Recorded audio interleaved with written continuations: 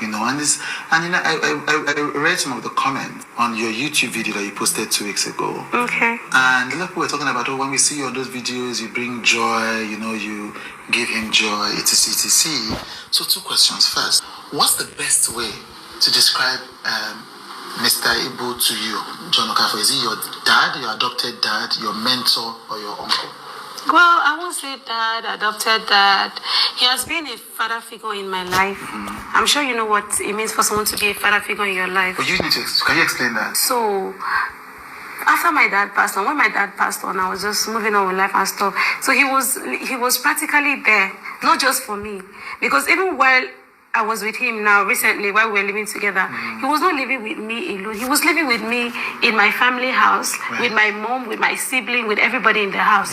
So he's not just a father figure to me, but everybody in my family. Okay. You understand? It's just me because I'm the one that people know. People see my face, so it looks like it's just me. You. But it's not just me. And I'm sure that there are a lot of people like me that he has been a father figure in their life that I know. That he take, like, he's that person that when he's there for you, he's there no matter what. I can beat my hand on my chest and say, you will never see this person come out and say something terrible about Jasmine. It can never be him. You can never find Mr. Ibu say something terrible about you? Never. Okay. He would never. Even if you put knife in his neck or you put a gun on his head, he would never say that. He would never have any bad thing to say about me. Because the kind of relationship I have with him is just like father-daughter relationship. It has never exceeded or gone beyond that. Right. So you're saying that he's not an official adopted father, but he has stood like an adopted father to you. Exactly. He's just not officially adopted. Yes, exactly. He actually called a lawyer and he officially wanted to do the adoption thing, and because he was not comfortable with everything that happened that time, knowing fully well that I was taking care of him and all I was doing and everything. He was like, he wouldn't want something like this to happen again. Then a lawyer came, Barrister Cole, he was there, and I just didn't feel like there was a need for that. Right. I don't feel there was a need to validate the fact that this person is your father. If in my heart I feel like this person is my father and I acknowledge him as my father and I respect him well as my father, I treat his children as my siblings, I don't think paper writing it on the book and documenting it has anything to do with it. It's just paper documentation. Teddy, who brought a lot of joy to yourselves, brought a lot of joy to the people who were watching. You know, after all the things that have happened, it's just interesting how that has evolved into what it is now. But let's talk about what it is. You do know that, even for me, I don't pay attention to the news. But if I search for you on the internet, all I will see now, most of what I will see is marries his wife and allegations that you're sleeping with a man that was your father figure. Yeah. How does a young woman, and you're in your 20s, how does a young woman, how did you get to this place where suddenly the news that people are hearing about you is that you are allegedly sleeping with a man who was a father figure in your life? How did this happen? I just feel like this whole situation is born out of envy. And this envy is not something that just started now. You know, I think it's something that has been there. You understand? Now, I have a question for you, right? All of a sudden, somebody comes out and said, this person is having an affair with my husband. And this person you are claimed is having an affair with your husband. You have lived with this person in the same house. You single-handedly told your husband to come and live with this person in our house, in my house, the wife. She told me, she pleaded with me. And mind you, when her husband came to live in my house, I was married. I was with my husband. I was not living alone. I was not single. So he was not living with you alone. Exactly, which is why I conditioned them that if the husband should live in my house, the son would as well live with me in my house, so that it would be a case of a father living with his son. Right. Do you understand? Why didn't you go and call out all of these other people that he has been living with that people don't know?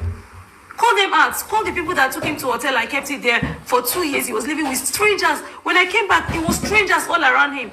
Even the people in the hotel, they called me and the son the other day. They were like, that doesn't this man has a family.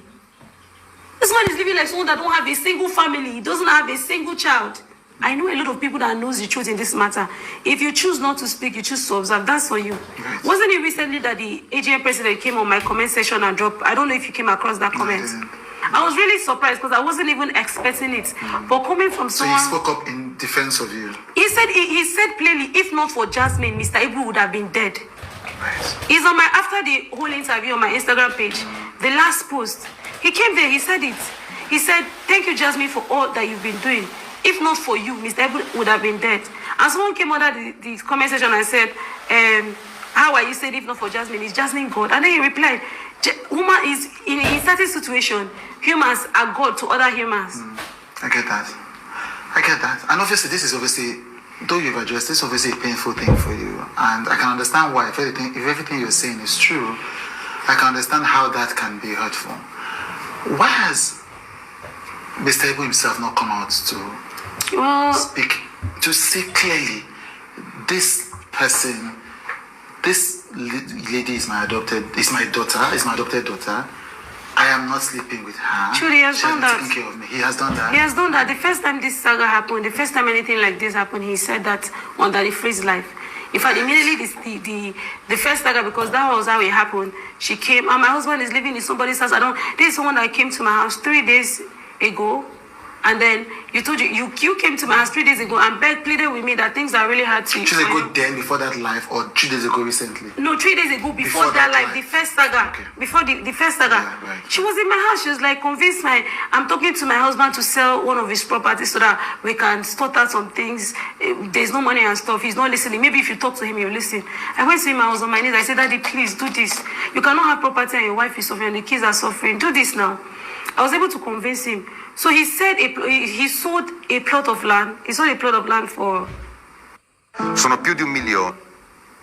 About, I think, 3 million naira. And then the seller took his commission of 200,000 and remitted 2.8 million naira to him. So when the money came, he told his wife he wanted to give her 700,000 to go and sort her issues. So she was like, oh, that money is not enough. She called me back. She came to my house again today. She was like, please help me. I said, okay. I talked to him. I said, Daddy, this money you said you're giving her, she said it's not enough. Can you at least increase it? He now asked her how much she wanted. She said $1 million naira. He gave his son to go and do the transaction because his son is the one initiating transactions for him. He went and sent her $1 million naira. The next day, she called me and was telling me that she needed 12,000. I should go back and talk to him.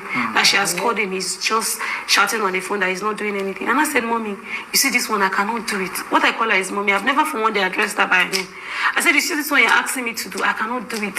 I know what I went through, begging him to send her money. If you want to do it, talk to him on your own. So it doesn't look as if you're using me to get to him. You understand? Or talk to his son to talk to him. She was like, hey, he listens to you. I said, Mommy, I cannot do this. So she kept calling me. At some point, I was not picking the call. The next day, I saw her on social media. I've never been shocked my entire life since I was born. Even death of somebody else, even the death of my father did not shock me like that. I don't know where my husband has been saying, for the past 3 days, I've not seen my husband. I'm like, what? In fact, thank God for the opportunity to clear myself under the freeze life that day because I had evidences on that life that to prove that she was there just a few days before the incident and the money that was sent to her and all of that. So you're asking me to go and convince him to send it to her and I told you that I cannot do it. All of a sudden I became a stranger. All of a sudden your husband was kidnapped. You don't know where your husband is.